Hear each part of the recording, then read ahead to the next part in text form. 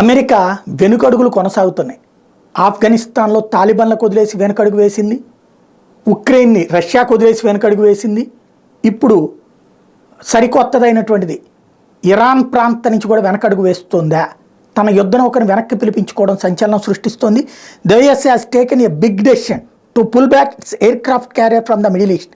The aircraft carrier will be repatriated from the Eastern Mediterranean Sea after over 2 months of being deployed there. The USS Gerald R. Ford will leave in the coming days, 2 US officials told a news agency.